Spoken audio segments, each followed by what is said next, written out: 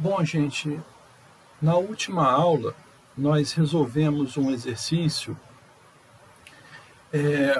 relacionado com ensaios triaxiais.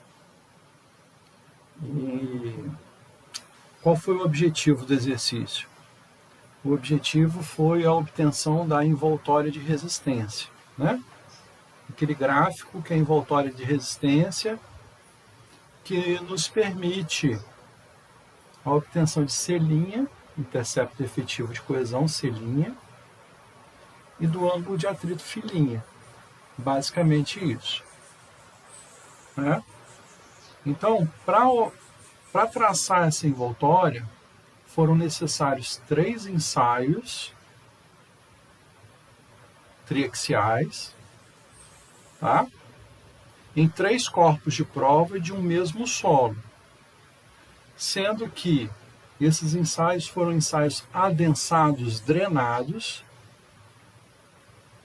e que na primeira fase, no primeiro ensaio, foi aplicada uma tensão confinante de 50, no segundo ensaio de 100, e no terceiro ensaio uma tensão confinante de 200 kPa. 3 ensaios triaxiais.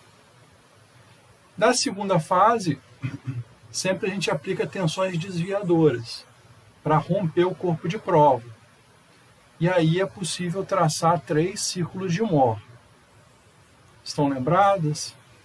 3 círculos de Mohr, e com isso eu consigo traçar a envoltória tangenciando esses círculos de Mohr. Por quê? Porque nos 3 casos ocorre a ruptura. Então, nos 3 casos, os 3 círculos de Mohr estão encostando na envoltória. Certinho? Tá? Eu vou retornar ao Excel, vou compartilhar novamente o Excel com esse exercício para a gente observar o que acontece no corpo de prova de um dos 3 ensaios, mais especificamente o ensaio cuja tensão confinante foi de 100 kPa, tá? O segundo ensaio. Vamos ver, vamos observar esse corpo de prova, ver o estado de tensões no plano de ruptura. Eu acho isso muito interessante, tá? Que você consegue visualizar bem onde que acontece o plano de ruptura e o estado de tensões no plano de ruptura.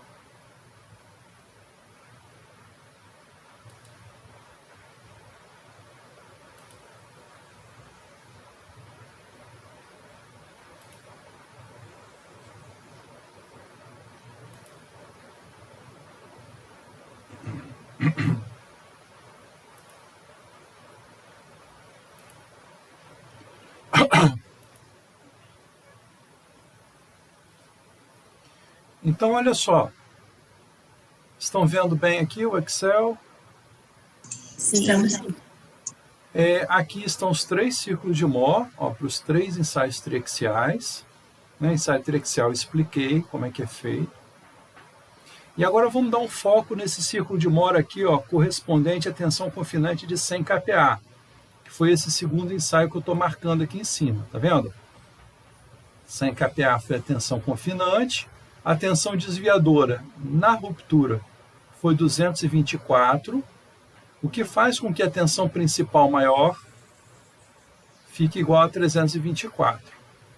Essas tensões aqui são todas tensões efetivas, tá?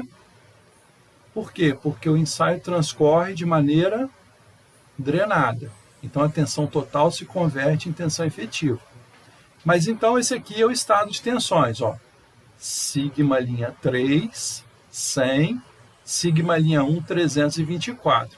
E aqui, se vocês observarem, nessa imagem, está aqui justamente esse círculo de Mohr aqui, com a envoltória tangenciando. Tá vendo? Muito bem. Agora eu vou trazer uma imagem aqui para vocês, que é justamente deste corpo de prova, desse segundo corpo de prova com a tensão confinante de 100 kPa. Só um instante.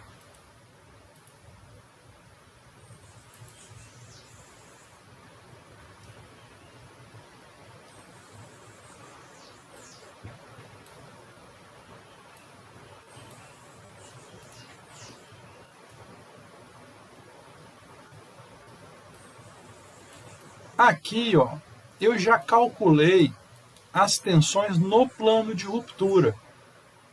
Depois eu vou mostrar para vocês. Olha, então, ó, com 324 kPa de tensão principal maior, que é essa que está aqui, ó.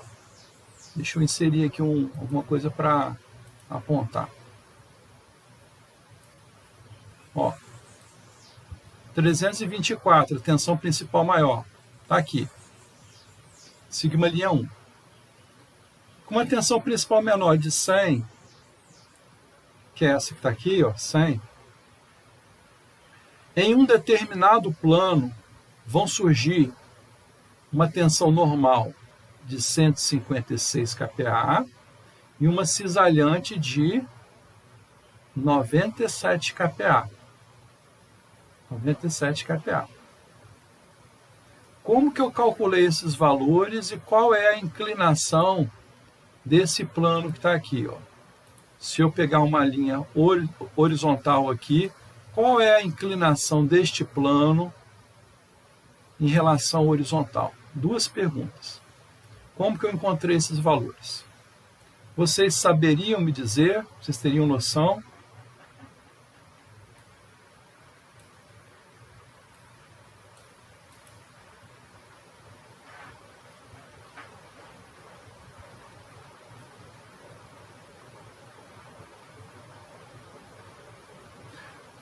Pega esse círculo de Mohr aqui, ó, com a tensão confinante de 100 e a principal maior de 324. Esse aqui, né, que é o nosso caso.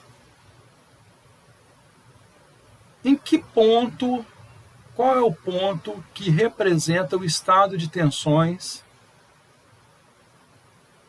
na ruptura? O estado de tensões no plano de ruptura. Onde a tensão cisalhante está se igualando à resistência ao cisalhamento? Vamos ver aqui, ó. Seria aqui assim, ó.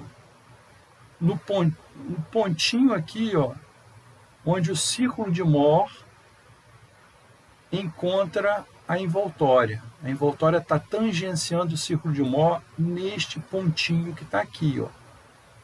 Então, essa distância que está aqui, essa cota que eu acabo de desenhar, essa cota que está aqui, é o quê? É a tensão cisalhante no plano de ruptura. Justamente aqui, neste plano,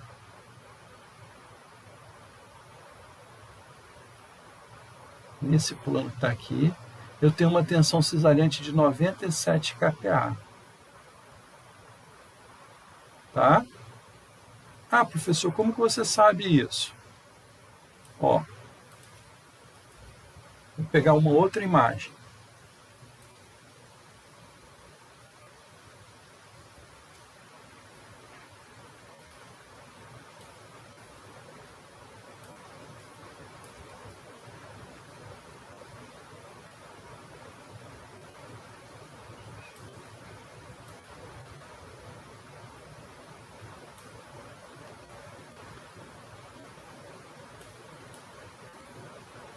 Deixa eu minimizar isso aqui, colocar para cá. Aqui. Tá vendo? Ó? Tensão cisalhante tal alfa no plano de ruptura. E aqui é sigma linha alfa no plano de ruptura. Nesse pontinho, a tensão cisalhante está se igualando à resistência ao cisalhamento. Tá certo? E é fácil demonstrar aqui com geometria que esse ângulo interno aqui desse triângulo formado aqui pelo raio e pela tensão cisalhante, como o raio aqui como hipotenusa e a tensão cisalhante como cateto, esse ângulo aqui é o ângulo de atrito filinha, tá certo? Também é o ângulo de atrito filinha. Se aqui é filinha, aqui também é filinha. Ora, então essa tensão cisalhante é esse raio do círculo de Mohr vezes o cosseno de filinha. Concorda comigo? Como se fosse uma componente aqui vertical, certo? Então, qual é a tensão cisalhante no plano de ruptura? O tal alfa. Vamos calcular aqui, ó. Vamos calcular tal alfa e sigma linha alfa.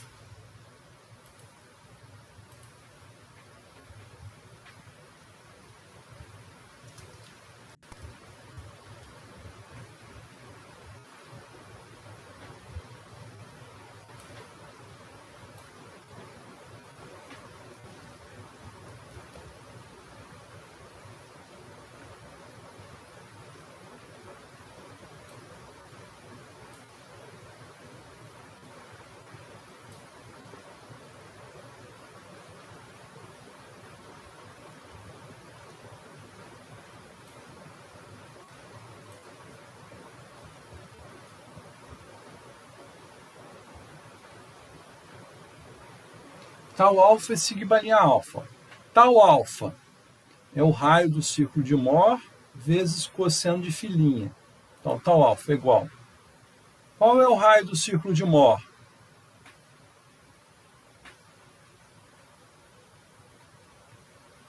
É sigma linha 1 menos sigma linha 3, que é o diâmetro, dividido por 2, certo? Então, ó, é igual.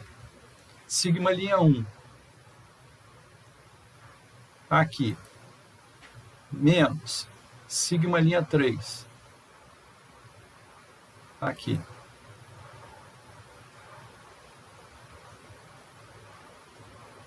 Vezes cosseno do ângulo de atrito. O ângulo de atrito é 30 graus. Tem que converter em radianos. Então, vezes π dividido por 180. Isso dividido por 2. Tá certo? Então, tá aqui, ó. 96,9999. Ó. Que a gente arredonda, coloca aqui 97. Então, é justamente, ó, a tensão no plano de ruptura, tensão cisalhante. E sigma linha alfa? Se vocês observarem, sigma linha alfa é esse valor aqui, ó, tensão normal ao plano de ruptura. Vai ser o quê? A distância da origem, né, do zero, até o meio do círculo de Mohr, menos esse trechinho que está aqui. Esse trechinho é o quê? É o raio vezes seno de φ', tá? Esse trechinho aqui. Então, sigma linha alfa vai ser igual, ó, sigma linha 1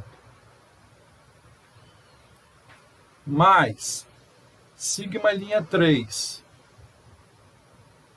dividido por 2, eu posso multiplicar isso aqui por 0,5, dá da mesma coisa, tá? Que é essa distância do zero até o centro. É a média das tensões principais. Menos o raio. O raio é sigma linha 1 menos sigma linha 3 dividido por 2, vezes o seno do ângulo de atrito. Seno de 30 vezes π dividido por 180 para converter para radianos. Aqui eu coloco seno. 156 kPa. Está batendo? Está batendo aqui com o que está no desenho. Ok? Entendido? Tá?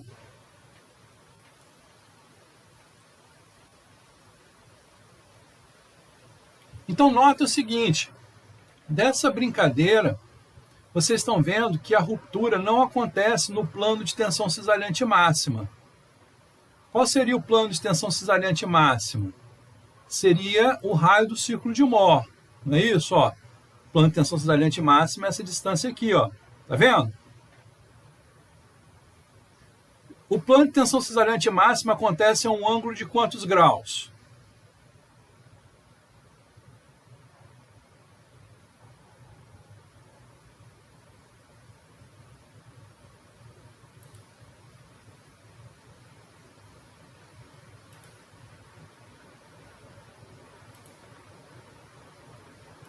Esse ângulo aqui é quanto?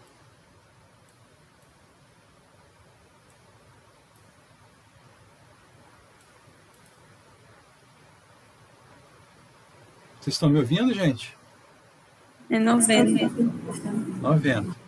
E esse ângulo é igual a quanto? Quando a gente marca no círculo de Mohr estado de tensões? É 2α, né? Então quer dizer que 2α é 90. Então alfa é igual a quanto? 45. Exatamente. Alfa é igual a 45. E qual a inclinação do plano de ruptura? 45 graus. Eu posso aqui materializar esse plano de ruptura no círculo de Mohr. Eu vou partir aqui, daqui para cá. Tá vendo? Esse ângulo aqui é 45 graus. Esse é o estado de tensões. O estado de tensões onde atua a tensão cisalhante máxima é 45 graus. É neste plano que está aqui. Tá? Agora, por que a ruptura não acontece no plano de tensão cisalhante máxima?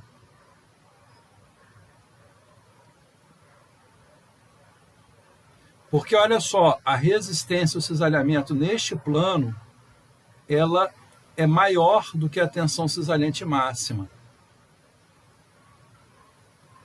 Tá?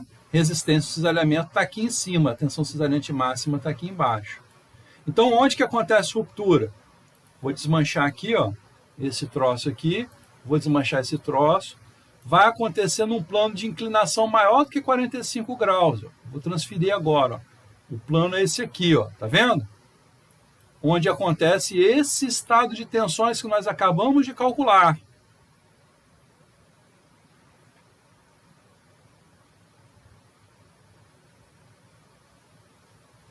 Então, eu quero agora saber qual é esse ângulo. Deixa eu ver se eu tenho uma coisinha aqui que eu posso fazer ângulo.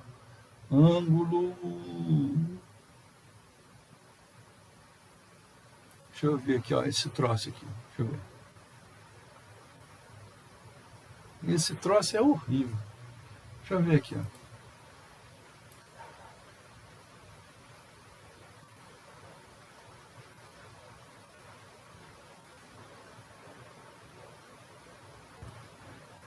Esse ângulo aí.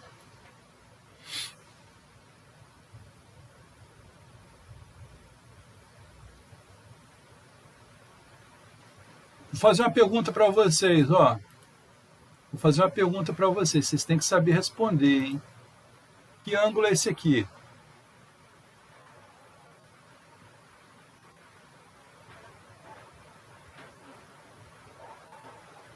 Que ângulo é esse aqui? Sempre quando a gente marca o estado de tensões no círculo de Mohr, a gente marca um ângulo de quanto? 2 alfa. 2 vezes alfa. Lá do ensino fundamental, se isso aqui é 2 alfa, esse ângulo aqui é quanto?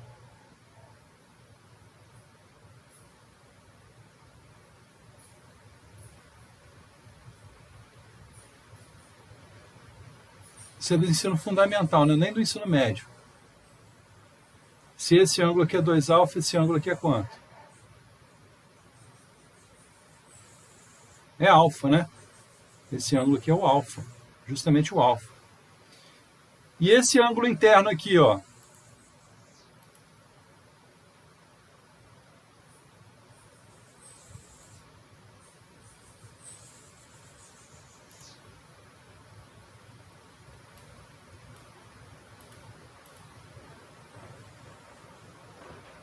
esse ângulozinho interno aqui. 180 graus menos 2 alfa. Então, se eu pegar esse triângulo, a soma dos ângulos internos do triângulo tem que dar quanto? 180. 180. Isso também é do ensino fundamental. Então, 90, que é esse aqui, o ângulo vertical. Mais, eu vou escrever, tá? Φ. Mais esse aqui, 180 menos 2 alfa, certo?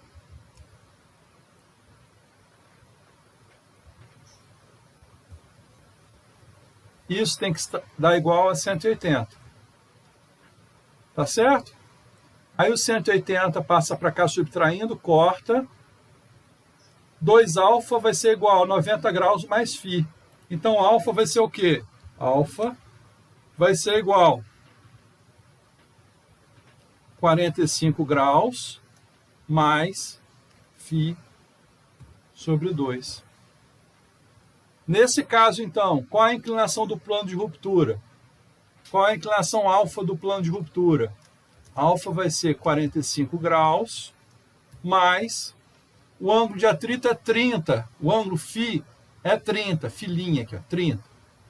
Mais 15, então. Mais 15. Então, dá igual a 60 graus. 60 graus. 60 graus é a inclinação do plano de ruptura em relação à horizontal. Vocês entenderam, gente?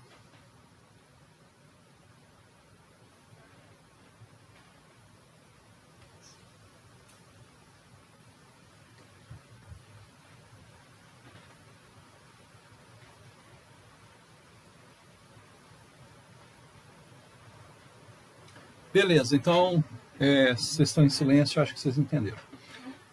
Vamos adiante. Deixa eu deletar uma série de coisas aqui.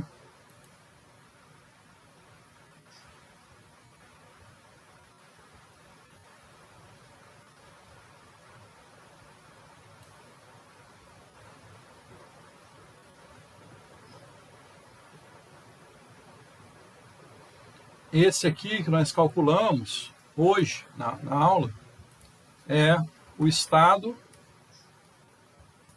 de tensões no plano de ruptura para o CP, corpo de prova, com tensão confinante de 100 quilopascals.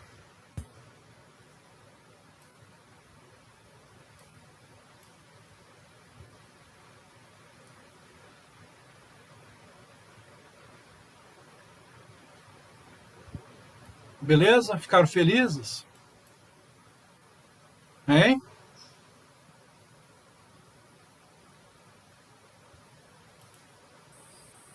Bianca, quanto é que ficou Flamengo e Botafogo mesmo? Ah, professor, pelo amor de Deus, estamos estudando. Eu não assisti, não acredito? Nem eu. Não estou sabendo o resultado ainda, não. Não sei não, vi não. Estava estudando. Tá certo. Melhor coisa. Então vamos continuar aqui com a matéria. Vou salvar aqui, está tudo muito lindo.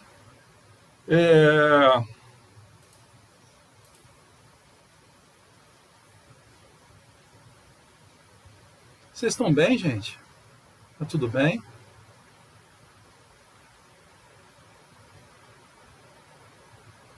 Tudo sim, professor. Graças a Deus que vai voltar o ensino presencial, né?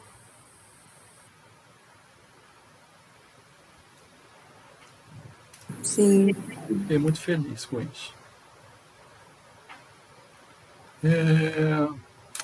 Então deixa eu parar aqui com essa apresentação.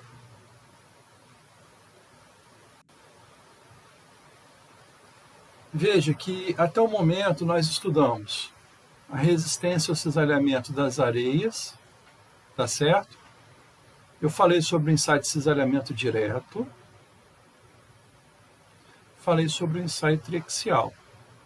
Nesse último ensaio triaxial, vocês notaram que o solo tinha um valor para ser linha, tá? Um intercepto efetivo de coesão. Então, esse solo ensaiado não é uma areia limpa, tá certo? Porque uma areia, você não teria esse intercepto efetivo de coesão. A envoltória passaria pela origem, eu só teria o quê? O ângulo de atrito filinha. Tá entendido, gente? Então, esse solo que tem um intercepto efetivo de coesão, a gente costuma chamá-lo de solo coesivo. Solo coesivo. Ele tem uma parcela de coesão. Então, para tensão efetiva nula, você já tem uma resistência ao cisalhamento. Agora, fisicamente, é fácil você entender que a areia, o selinho é igual a zero. Facilmente você entende. Vai ali na praia de Camburi, você vai notar que a areia superficialmente ela vai ter uma resistência igual a zero, não é? Aquela areia seca, mais próxima do calçadão. Não tem resistência nenhuma na superfície. Se você for se aproximando para a água, você vai encontrar uma areia mais firmezinha, inclusive é melhor para caminhar. Todo dia eu dou uma caminhada na praia e eu passo por ali, naquela areia mais tem uma certa resistência, que é mais fácil caminhar, né? Mais tranquilo. Não afunda o pé. Você vai pisando e vai avançando com uma maior facilidade. Por que a areia naquela zona ali, ela tem uma resistência já na superfície? Porque ela está parcialmente saturada. Ela está com água e ar nos poros, o que confere ao solo o que a gente chama de coesão aparente. Professor, por que coesão aparente? Porque é uma coesão que pode ser perdida com a saturação ou com a secagem completa do solo. Então, a coesão aparente ela só vai existir quando você tiver água e ar nos poros. Vocês entenderam? Por que aquela areia que está mais próxima ali da água, superficialmente ela já apresenta uma resistência, ela apresenta uma coesão, mas que é uma coesão aparente, é justamente em função da presença de água e ar nos poros, que fazem com que exista uma sucção nos poros do solo. Agora, esse solo que nós ensaiamos aí, que acabamos de ver, com base nos 3 ensaios triaxiais, apresentou um selinha. Esse selinha foi para o solo saturado. Tá? Então, se você tiver uma areia saturada, selinha vai ser quanto? 0. Areia saturada, selinha igual a 0. E uma argila saturada? Pode apresentar um intercepto efetivo de coesão. Existe uma coesão que é chamada de coesão verdadeira, que é esse selinho que a gente está vendo aí na envoltória. É a coesão para o solo saturado. É a coesão verdadeira. Essa não é perdida. Tá? Essa não é perdida. Agora, um solo argiloso ele pode ter coesão verdadeira, selinha, e pode também ter a coesão aparente, se ele estiver parcialmente saturado. Vai ter as duas parcelas.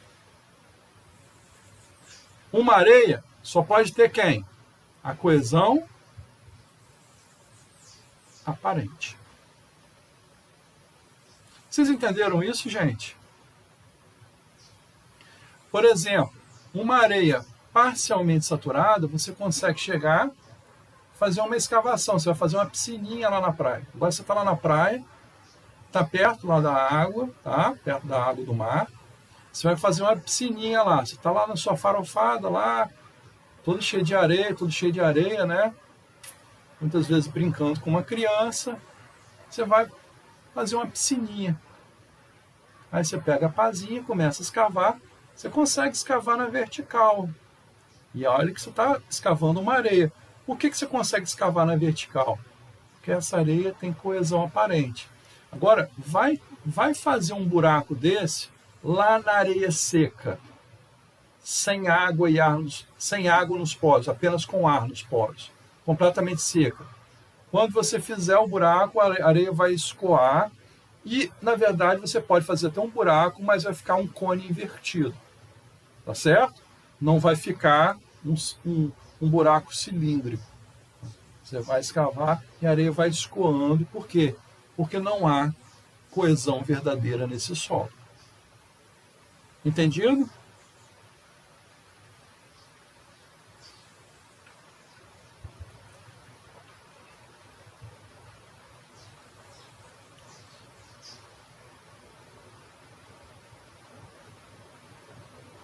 Vamos passar agora a estudar a resistência ao cisalhamento dos solos argilosos, então.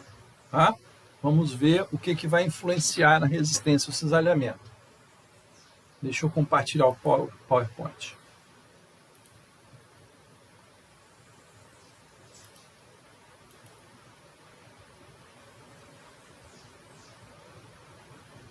Aqui, ó, essa imagem foi o que a gente acabou de analisar, certo? Aqui o ensaio triaxial, E agora a gente vai começar a tratar dos solos argilosos. Vamos fazer o seguinte, ó. Vamos fazer isso com base em um exercício com números, que aí vocês vão conseguir entender bem os conceitos, vocês vão entender bem. Então veja bem, ó. Vamos lá. Amostras foram extraídas do ponto mostrado na figura a seguir. Esse ponto aqui. Tá vendo? O solo está lá em profundidade confinado. Tem uma camada de areia medianamente compacta. Depois aqui tem uma argila normalmente adensada. E ele está confinado. Com esse estado de tensões aqui que vocês sabem calcular. Certo? Tensão efetiva vertical. Facilmente vocês sabem calcular. E a tensão efetiva horizontal, basta pegar a tensão efetiva vertical e multiplicar pelo K0. Você tem um estado de tensões no campo.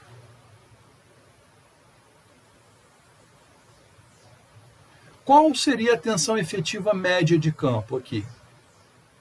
Como que você calcularia essa tensão efetiva média de campo?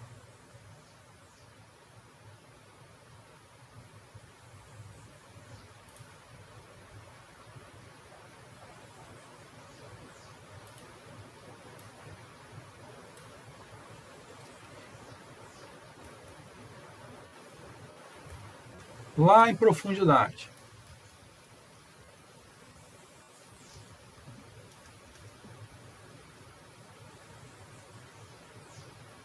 É a média das tensões principais. Ó. Então, quais são as tensões principais? 71,45 mais 39,3. Qual é a outra tensão principal? Não dá para ver aqui, mas é uma tensão entrando no plano do desenho, também horizontal, de 39,3. Então, tem ela duas vezes. Dividido por 3. Se vocês fizerem o cálculo aí, isso aqui dá aproximadamente 50 kPa.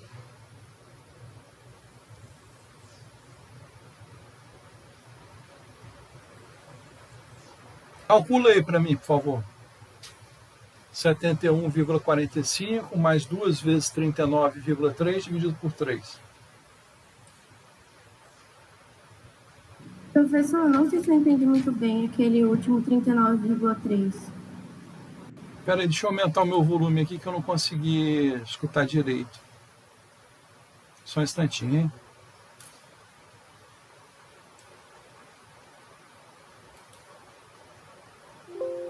Pode repetir, por favor? Eu não sei se eu entendi muito bem aquela última tensão que você falou de 39,3, que se repetiu. Ah, tá. Ó, você está vendo que ela é a horizontal, né? Isso. Então deixa eu colocar aqui, ó. Oh, meu Deus, não é isso não. Cadê? Aqui.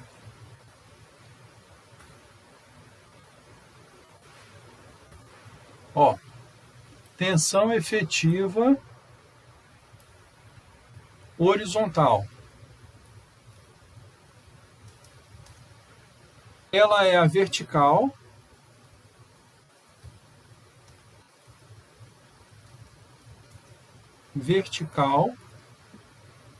vezes quem? Vezes o coeficiente de empuxo no repouso, que é o nosso famoso K0. Então, esse 39,3 ele vem do seguinte cálculo, ó, 71,45, todo mundo já sabe calcular, vezes quanto? 0,55, que é essa informação que está aqui, ó. Tá vendo? Isso aí deve dar 39,3 kPa. Vocês conseguem recuperar esse assunto que eu... É de uma aula, acho que umas 3 semanas, mais ou menos, atrás. Tudo bem? Entendeu? Entendi sim, professor. Obrigada. Muito bem. Vocês calcularam a tensão efetiva média, 50 kPa? Sim, dá isso mesmo, dá 50,02. Maravilha.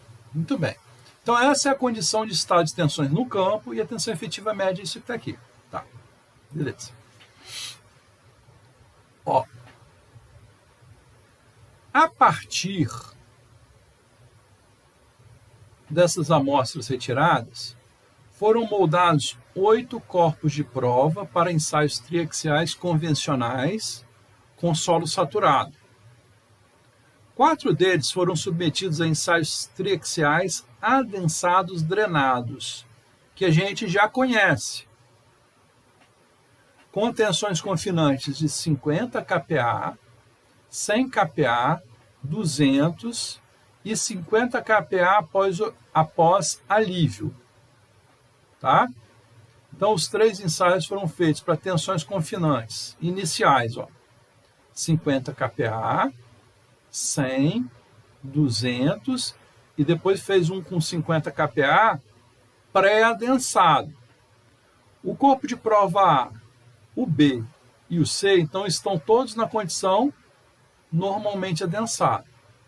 Tá? Com essas mesmas tensões, os outros 4 corpos de prova foram submetidos a ensaios adensados não drenados.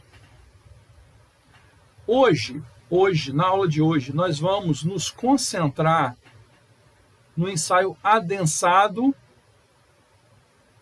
drenado para argilas, tá? Só se der tempo a gente vai avançar para o ensaio adensado não drenado, tá? Então vamos lá. Com base nos resultados desses ensaios, calcule os parâmetros de resistência, selim e filinha, para as condições de solo normalmente adensado e de solo pré-adensado, sobreadensado, mesma coisa.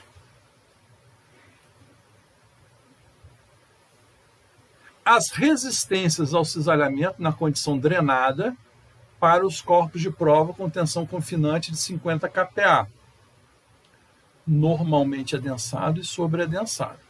Então, nós vamos inicialmente fazer essas duas letras aqui, A e B.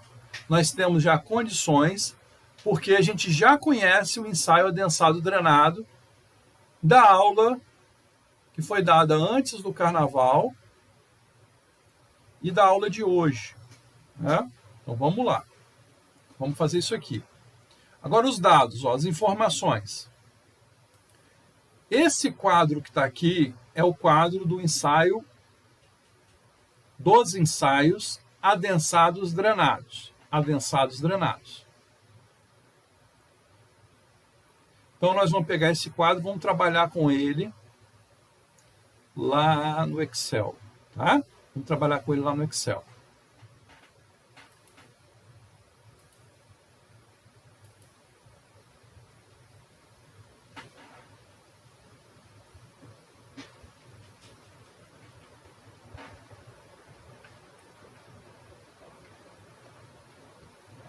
Deixa eu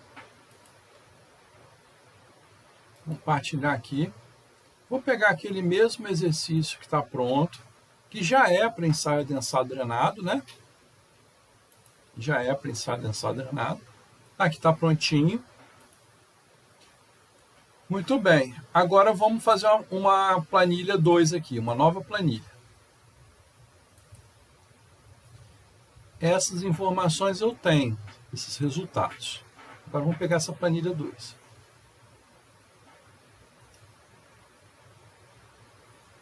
Então,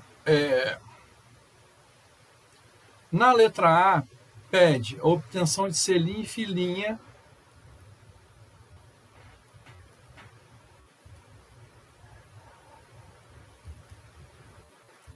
obtenção de selinha e filinha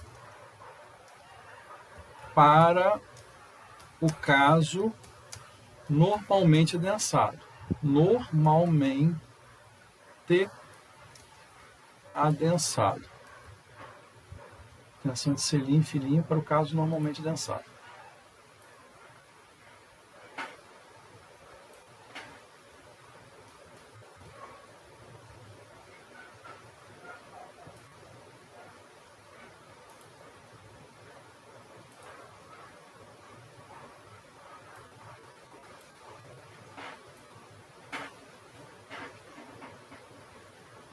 Vamos pegar as informações e vamos transferir para cá. Tá?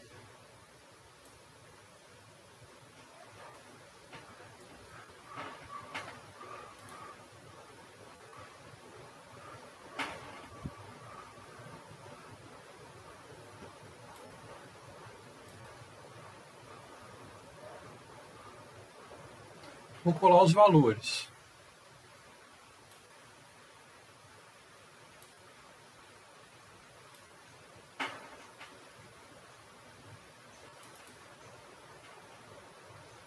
Isso aqui não vai ser muito importante agora. Ó, quais são os corpos de prova que estão normalmente adensados aí na história desse exercício? São os três primeiros, né? O A, B e o C. Esse D aqui, ele está numa condição pré-adensada. Vamos lembrar que o gráfico, ó, esse gráfico mostrado no enunciado, ele apresenta aqui a amostra D numa condição pré-adensada. Ele foi adensado para 200 kPa e depois ficou com 50 kPa.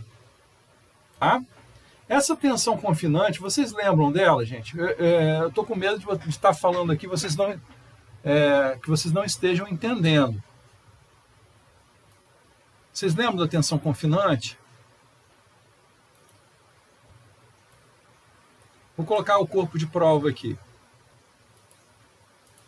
Tá? Aqui está o solo, cor de solo. Que tensão confinante é essa?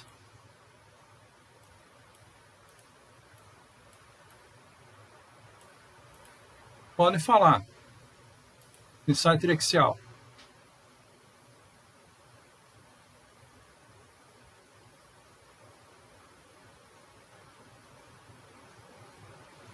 É aquela tensão que ela é aplicada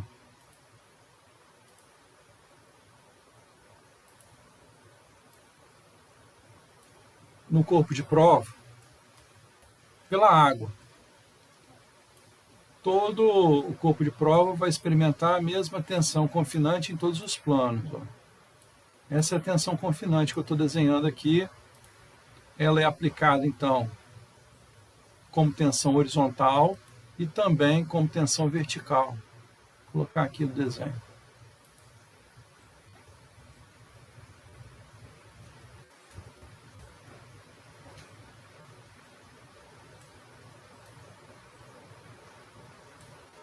Certo? Então, o primeiro aqui, ó, qual foi a tensão confinante? Sigma linha C.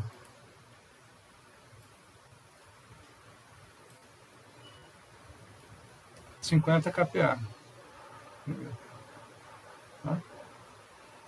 A ruptura aconteceu com uma tensão desviadora na segunda fase, aí já é a segunda fase do ensaio.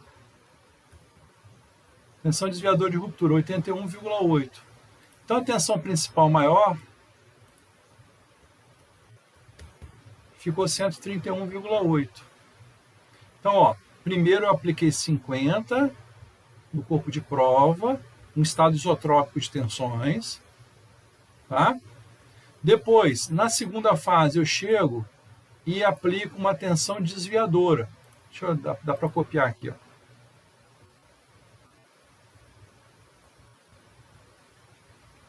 Tensão desviadora é aplicada aqui, ó. E aí, essa tensão aqui vertical passa a ser a tensão principal maior, tá? Quando eu aplico a tensão desviadora. E a tensão desviadora ela vai aumentando, vai aumentando, vai aumentando, até que chega um momento que o corpo de prova vai romper, tá? Vai romper. Vou colocar aqui uma linha para representar a ruptura. Estão entendendo? Tá claro?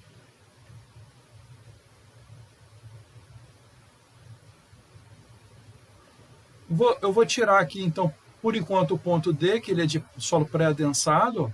Por quê? Porque primeiro ele foi conduzido sem romper, né? Só aplicando tensão confinante a 200 kPa e depois aliviado para 50. Então, é um corpo de prova pré-adensado.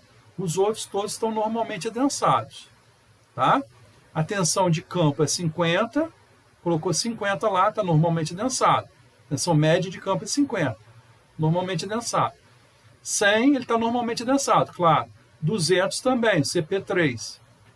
O único pré-adensado é o CPD. CPC ainda está normalmente adensado. Então, vou excluir aqui essa linha da nossa análise. Tá? Agora, então eu tenho 3 corpos de prova, 3 círculos de Mohr. 3 círculos de Mohr. E a envoltória tem que tangenciar esses 3 círculos de Mohr para fazer a obtenção de selim e filinha. Aí, olha só, na planilha 1, nós já fizemos um esqueminha para a obtenção de selim e filinha. Já tem um programinha aqui, ó, automático. Então, eu vou pegar isso aqui, ó, e vou transferir para lá.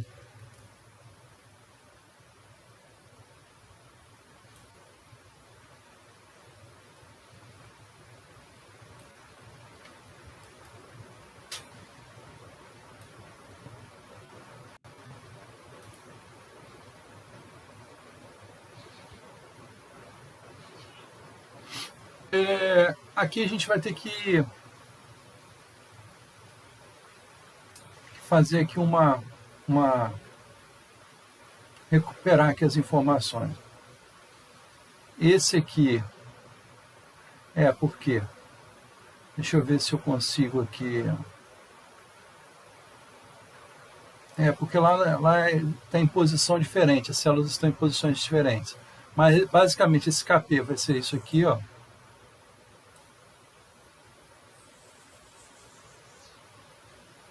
Isso aqui menos esse aqui dividido por este aqui. Esse aqui, peraí. Não, esse aqui menos esse aqui. KP.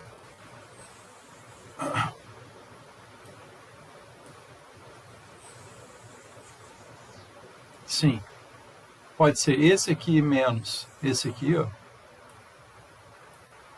dividido por esse aqui menos este aqui. –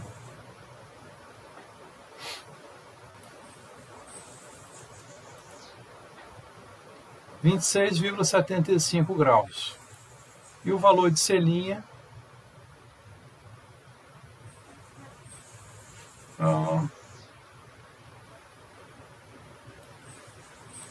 pode pegar esse aqui menos esse aqui dividido por 2 raiz de, acho que é isso aqui. Selinha está dando igual a 0, tá vendo? A envoltória está passando pela origem. Então, a envoltória para esses 3 corpos de prova normalmente adensados, a envoltória ela passa pela origem e o ângulo é 26,75.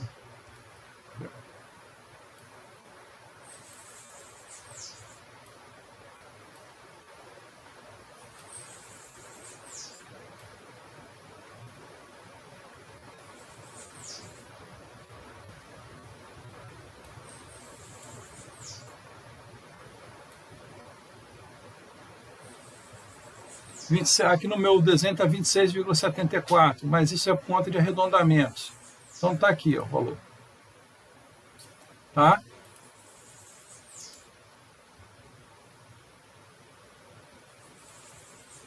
É o ângulo de atrito para os 3 corpos de prova, com os 3 círculos de Mohr tangenciando esse envoltório azul, que passa então pela origem.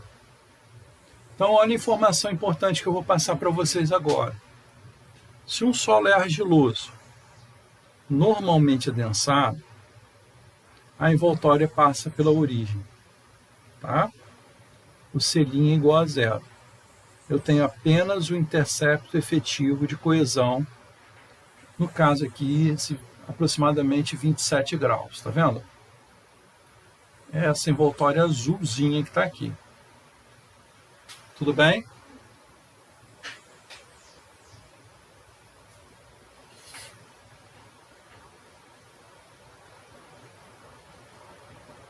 Análise do solo em condição normalmente adensada.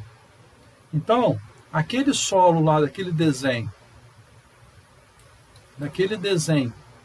que eu mostrei para vocês, aquele solo confinado, que está normalmente adensado. Está normalmente adensado. Esse aqui, ó.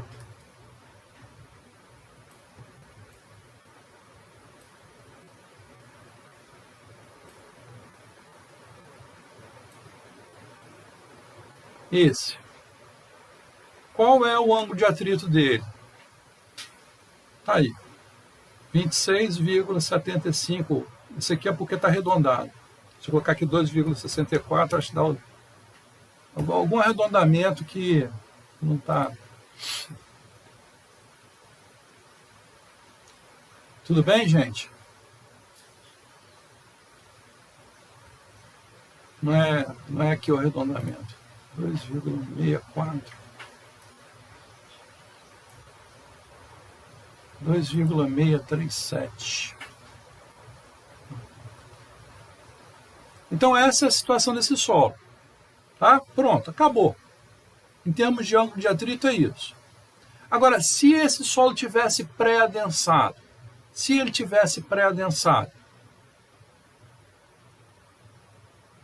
vamos fazer uma planilha 3 aqui agora.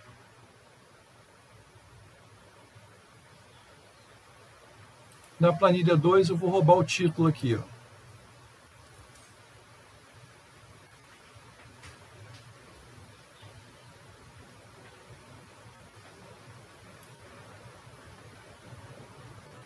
Obtenção de selim e filinha para o caso pré-adensado ou sobreadensado.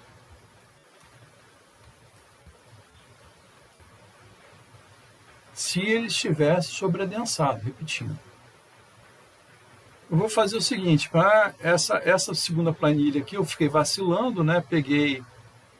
Coloquei os dados aqui direto, mas eu vou pegar a planilha 1, né? E já vou pegar aqui essa tabelinha, ó, exatamente na posição onde ela está, e vou colocar aqui. Tá certo? E aqui eu vou pegar essa e colocar também na mesma posição aqui, ó. Isso aqui são dados do exercício passado. Vou desmanchar isso aqui. Para o caso pré-adensado.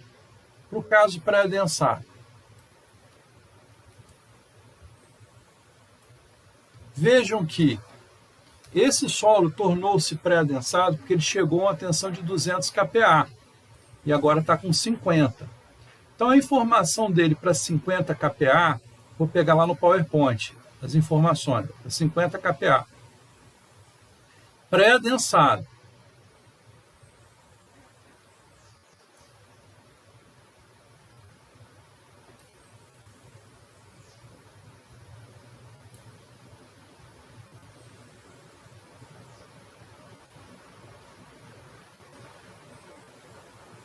Isso aqui, pré-adensado.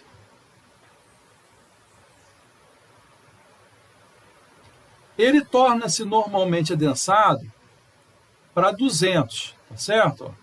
Para 200. Então, 200 é um ciclo de Mohr que também vai fazer parte da envoltória dele, tá? Esse 200 aqui vai fazer parte da envoltória dele. Então, vou pegar as informações do 200 kPa.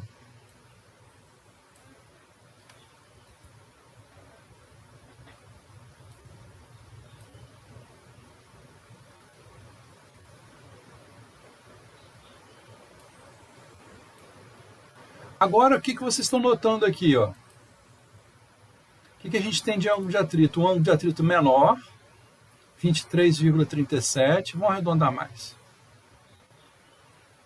E o intercepto de coesão de 21,1, já apresenta intercepto efetivo de coesão.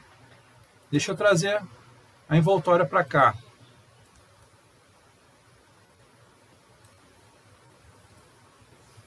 Olha só, 23,4 de ângulo de atrito, essa envoltória vermelha, está passando pelo círculo de Mohr pontilhado do solo sobreadensado, tá? Que são essas informações aqui, e está passando pelo círculo de Mohr correspondente à tensão confinante de 200. E aí, ó, o C' ficou 21,1, tá? Então, o solo pré-adensado, o solo sobreadensado, ele vai apresentar intercepto efetivo de coesão, C', e o ângulo de atrito. Então, solo pré-adensado tem C' e φ'. Solo normalmente adensado tem apenas φ'. Agora, por que aconteceu esse efeito? Né? Por que o solo, na condição pré-adensado ou sobreadensado, ele está com o intercepto efetivo de coesão? Por que isso? Porque se vocês observarem aqui, ó, essa imagem aqui da variação do índice de vazios com o log da tensão efetiva confinante, esse corpo de prova D, sendo pré-adensado, ele tem um índice de vazios bem menor do que o corpo de prova A, normalmente adensado. Claro, ele foi submetido a uma tensão confinante de 200, reduziu o índice de vazios, tá bem denso, e aí depois ele foi aliviado. Quando o solo sofre um alívio, o que acontece? Ele expande, mas expande muito pouquinho. O índice de vazios dele aumenta bem pouquinho. Então, o solo está mais entrosado, esse corpo de prova D está com índice de vazios menor, está bem mais entrosado, com as partículas bem mais próximas do que o corpo de prova A, estabelecendo inclusive uma interação eletroquímica que promove uma coesão, uma interação entre partículas maior. Então, o corpo de prova D aqui, ó, com 50 kPa, com a mesma tensão confinante do corpo de prova A, ele está muito mais resistente. Vocês notam aqui, ó, a tensão desviadora para romper o corpo de prova D, que é esse pré-adensado, foi de 130 kPa. Para o corpo de prova A, que está na condição normalmente adensada, esse aqui, ó, tensão desviadora foi 81,8. Então, em virtude desse histórico de tensões, para o corpo de prova D, ou seja, por ele ter sido pré-adensado para 200, né, e depois ter sofrido alívio, ele é mais resistente do que o corpo de prova A para uma mesma tensão confinante. Então, ele está pré-adensado. Ele apresenta C' e φ'.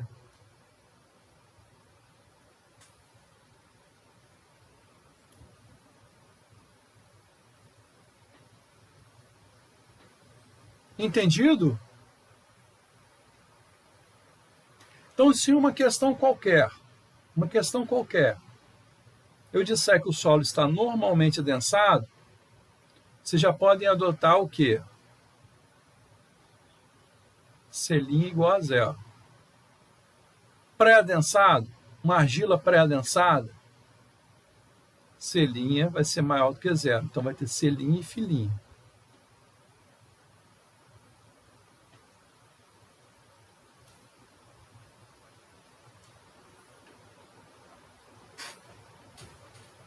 Na sequência do exercício, ele vai pedir coisas relacionadas justamente com esse corpo de prova, com esses dois corpos de prova que foram adensados para 50 kPa. Vai pedir resistência do menor, que está aqui, que é o normalmente adensado, e do pontilhado, que está aqui, que é o pré-adensado. Ambos com a tensão confinante de 50 kPa, só que com comportamentos diferentes em virtude do histórico de tensões. Então, nessa planilha 4 que eu vou colocar aqui, nós vamos analisar a resistência desses dois corpos de prova, o corpo de prova A e o corpo de prova D. Essa resistência é dita resistência drenada. Por quê? Porque esse ensaio é chamado adensado drenado. Eu estou com a drenagem aberta e a tensão total está se convertendo em tensão efetiva, tá? Então, aqui a gente vai fazer assim, um cálculo das resistências drenadas para os corpos de prova A e D.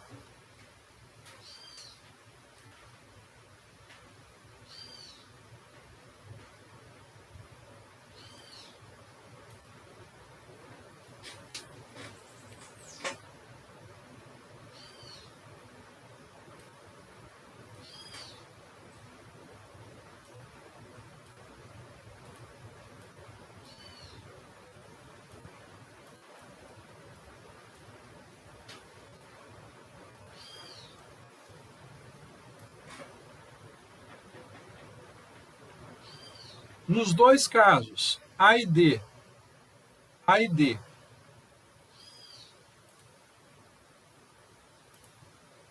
a tensão confinante foi 50 kPa.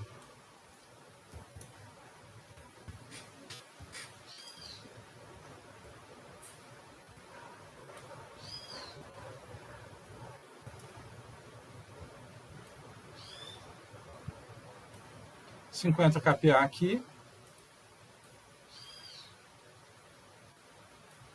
50 kPa aqui. No corpo de prova A, a tensão desviadora de ruptura foi quanto? 81,8.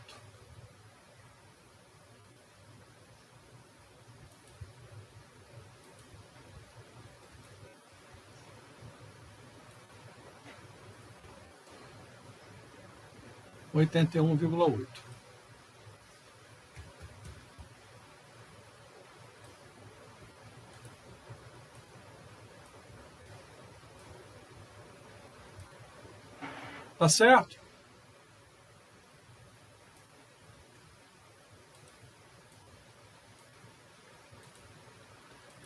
Isso aqui, então, condição normalmente adensada.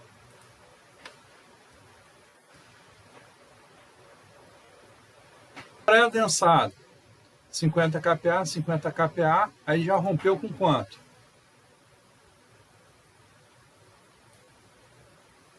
130.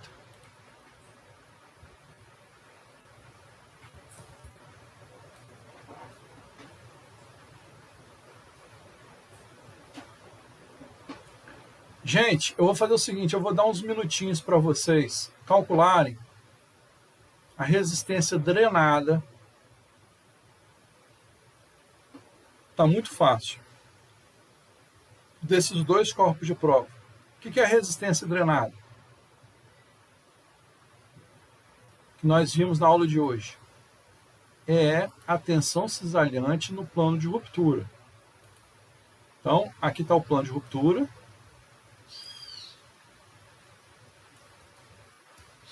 Aqui está o plano de ruptura.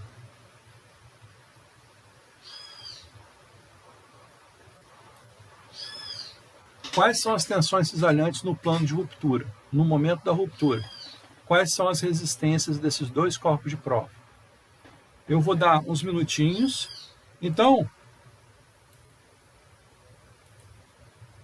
Então, eu vou fechar aqui o meu áudio e o meu vídeo, tá certo? E vou esperar um pouquinho. Agora são 8h38, eu vou dar aí uns 10 minutos para vocês calcularem essas resistências drenadas, tá bom?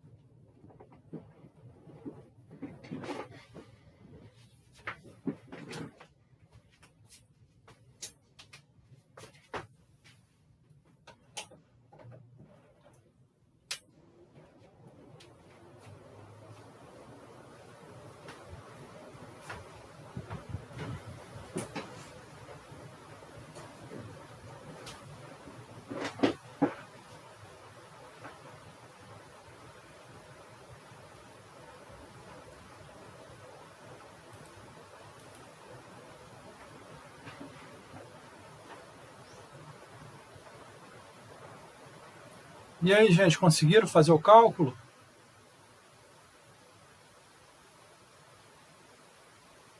Hein? Estão me ouvindo?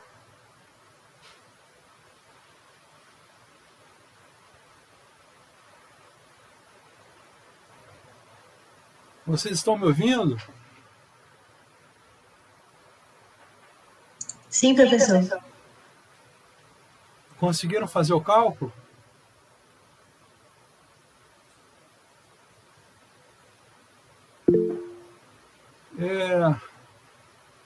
Quais foram os resultados obtidos?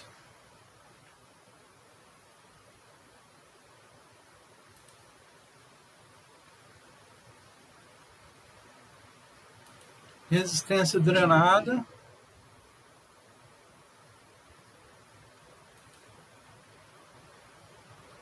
Resistência drenada para esses dois corpos de prova.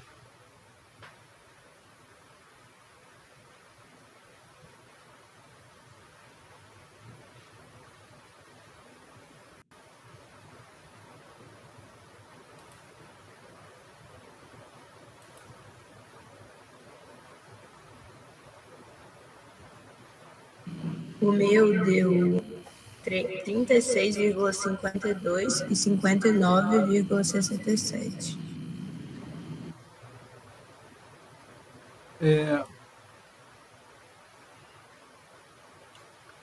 Vamos ver se bate. Era só pegar aqui a planilha 2, ó. Análise que nós fizemos para um determinado corpo de prova. Planilha 2 não, planilha 1. Né? Justamente essa análise aqui que nós fizemos no início da aula para o corpo de prova com a tensão confinante de 100 kPa. Vocês teriam que descobrir essa tensão tal alfa, a tensão cisalhante no plano de ruptura. Essa fórmulazinha bem simples, né? O raio do ciclo de Mohr vezes o cosseno do ângulo de atrito. Muito, muito simples. Raio do ciclo de Mohr vezes o cosseno do ângulo de atrito. Então, ó, vou colocar a imagem aqui para vocês. Ó.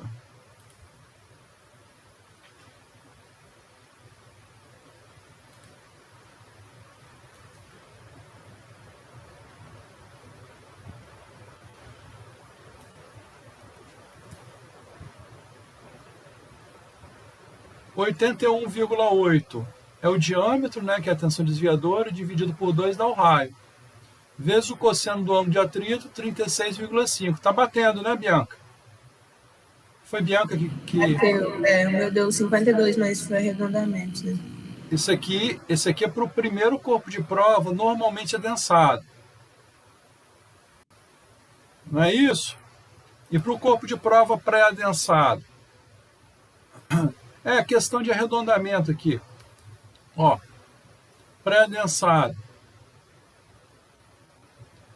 Dá 59,7. Bateu?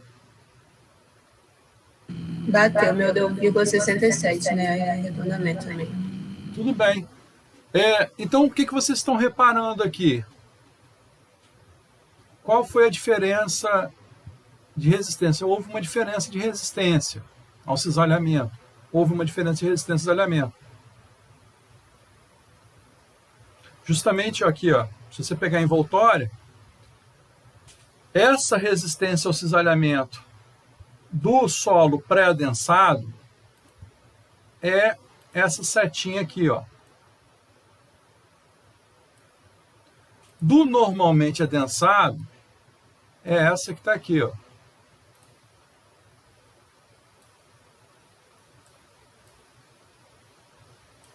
Essa é a diferença de resistência. Por que essa diferença de resistência? Por que essa diferença de resistência?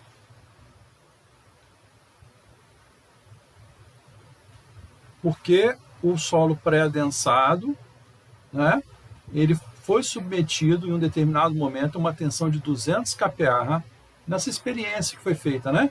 De 200 kPa, depois aliviado para 50. Então, este cara que está aqui, ó, pré-adensado, se apresenta com um índice de vazios bem menor, muito mais entrosado do que o solo normalmente adensado. Lembra do entrosamento? Índice de vazios menor, as partículas estão mais próximas, então a resistência ao cisalhamento para o pré-adensado é maior. Ambos com a mesma tensão confinante. Eu estou fazendo a comparação aqui de propósito com os dois com a mesma tensão confinante para mostrar apenas o efeito do pré-adensamento. É entendido? Tudo bem? Entendi, professor. Maravilha, gente. Eu fico muito, muito feliz com vocês, por vocês terem entendido isso. Então, agora,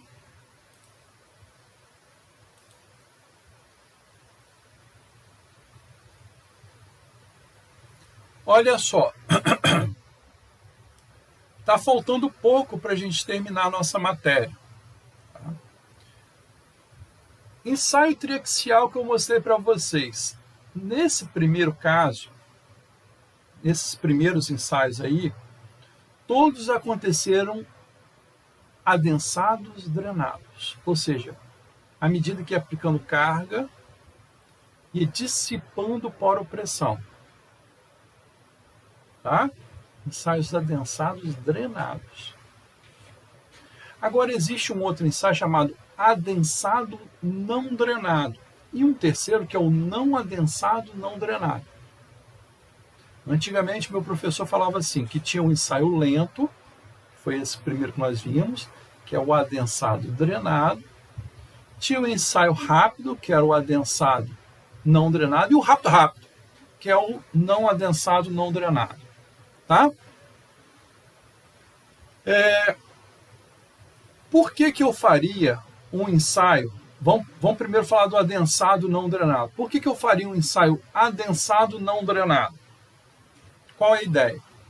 Vocês querem falar alguma coisa?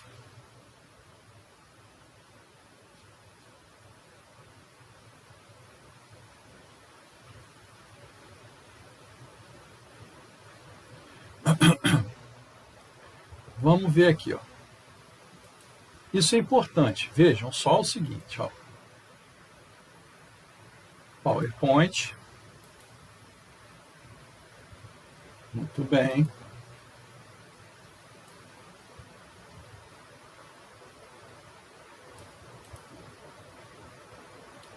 Esse foi um caso que eu apresentei para vocês, ó, de um aterro que vai ser apoiado sobre uma camada de argila mole. Argila mole. Tá? E aí eu tenho que fazer análise do fator de segurança disso que está aqui. Disciplina optativa, obras de terra, tópicos especiais de mecânica dos solos B, é a disciplina que faz essa análise. Mas, lá nessa disciplina, vocês vão ter que saber o seguinte, ó. Qual vai ser a resistência ao cisalhamento que eu vou usar ao longo dessa argila mole? Sabendo que essa argila mole que está aqui, ó, ela tem um coeficiente de adensamento muito baixo, um CV muito baixo. E outra coisa,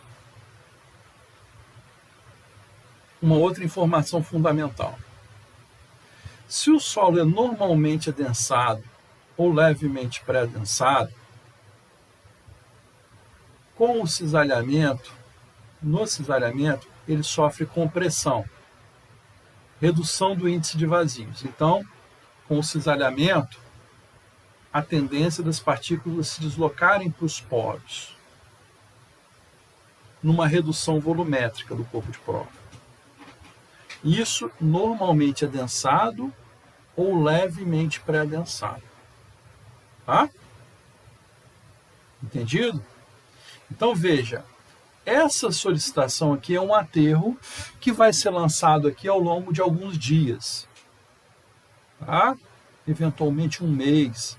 Esse aterro vai ser lançado aqui sobre essa argila mole. Vai solicitar o solo. que tem um coeficiente de adensamento muito baixo. Quando eu falo coeficiente de adensamento muito baixo, vocês têm que entender o seguinte, que é a dissipação da poropressão com o tempo é muito lenta. A taxa de dissipação de poropressão com o tempo é muito lenta. Quer dizer, em outras palavras, a água tem uma dificuldade muito grande de sair. Ou seja, de uma maneira assim mais grosseira de falar, a água tem uma dificuldade grande de sair desse solo, que é um solo de baixa permeabilidade e alta compressibilidade. E a tendência do deslocamento das partículas se deslocarem para os poros. Certo? Se deslocarem para os poros. Então, com essa solicitação que está aqui, fatalmente eu vou ter o quê? Essa tendência de deslocamento para os poros, as partículas vão encontrar com a água nos poros, que tem dificuldade de sair. As partículas estão querendo empurrar a água para fora, mas ela não sai facilmente. Então é gerado um excesso de quê? De poropressão. Excesso de poropressão. Tá certo? Semelhante ao que eu falei lá para a liquefação de um solo arenoso. Lembram quando eu falei da liquefação? Só que na liquefação a solicitação tinha que ser muito rápida. Aqui não. Aqui pode ser um aterro construído ao longo dos dias, que isso vai se configurar em um carregamento rápido, em função de quê? Da baixa taxa de dissipação de poropressão, do CV muito baixo da argila mole, da permeabilidade muito baixa e da alta compressibilidade. Ou seja, a água tem grande dificuldade de sair, de percolar e de acontecer um evento drenado. Tá vendo? Então, dificilmente a água, nesse primeiro momento, a água vai ficar presinha e vai ficar um excesso de poropressão. E se eu gero um excesso de poropressão, esse excesso promove uma redução da resistência ao cisalhamento. Vocês vão ver claramente isso. E essa resistência mais baixa, com poropressão positiva, é chamada de resistência não drenada. Tá? É uma resistência não drenada que ela... Então, como a poropressão é positiva, essa resistência não drenada é menor do que ela na condição drenada. O que eu quero dizer, em outras palavras, é o seguinte: eu lanço o aterro, esse aterro lançado vai gerar um excesso de poropressão a curto prazo, e a resistência que eu tenho aqui disponível é chamada de resistência não drenada. Se esse solo ele não vai romper, se esse solo não romper nesse curto prazo, que é o prazo de alteamento desse aterro, ele não vai romper mais. Por quê? Porque a drenagem vai acontecer, a tensão efetiva só vai aumentar com o tempo e a condição drenada, ou seja, a resistência drenada, é maior do que a resistência não drenada. Então eu vou usar nessa análise de estabilidade aí a minha pior condição, que é a resistência não drenada. Tá certo? Vocês conseguiram entender, gente? A ideia do ensaio? Então, por que eu vou fazer um ensaio adensado não drenado? Adensado, primeiro, ó, eu pego aqui um solo nessa condição aqui, ó, 10, desse pontinho 10. Eu vou colocar esse solo na tensão efetiva média de campo, na primeira fase. Vou adensar. Beleza. Na segunda fase, eu vou fechar a drenagem, a água não vai sair do corpo de prova e vou aplicar a tensão desviadora. Então, o que vai ser gerado? Uma variação de poropressão. E aí eu vou ter uma ruptura desse corpo de prova sob condição não drenada, para simular Por quê?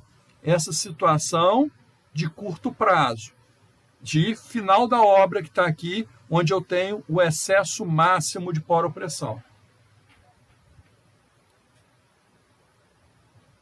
Tá certo? Professor, acho que eu me confundi aqui. A resistência não drenada ela é maior do que a resistência na Não, não. É menor, né? Para uma argila mole dessa, a resistência não drenada é menor do que a drenada. É menor. Tá? Por que a não drenada é menor? Porque você gera ΔU positivo. Variação de poropressão positiva diminui a tensão efetiva. Entendi. Aí essa seria uma condição, a pior condição, né? Seria a pior condição, que é de curto prazo, entendeu? Que é de curto prazo. Entendi, é por isso que você faz ela. Exatamente. Entendi. Agora, se essa argila fosse fortemente pré-adensada, uma outra situação que nós vamos ver, fortemente pré-adensada, aí a resistência não drenada é maior do que a drenada. Tá certo? Mas, tipicamente, os nossos problemas aqui, ó, de mecânica dos solos, na realidade, quando você tem um negócio, um aterro aqui sobre a argila mole, vai fazer uma análise dessa de resistência, cisalhamento, você tem uma argila mole que está aqui, ela está na condição geralmente levemente pré-adensada, onde a resistência não drenada é menor do que a drenada. Ou seja, a resistência de curto prazo é menor do que a de longo prazo. Vocês conseguiram captar?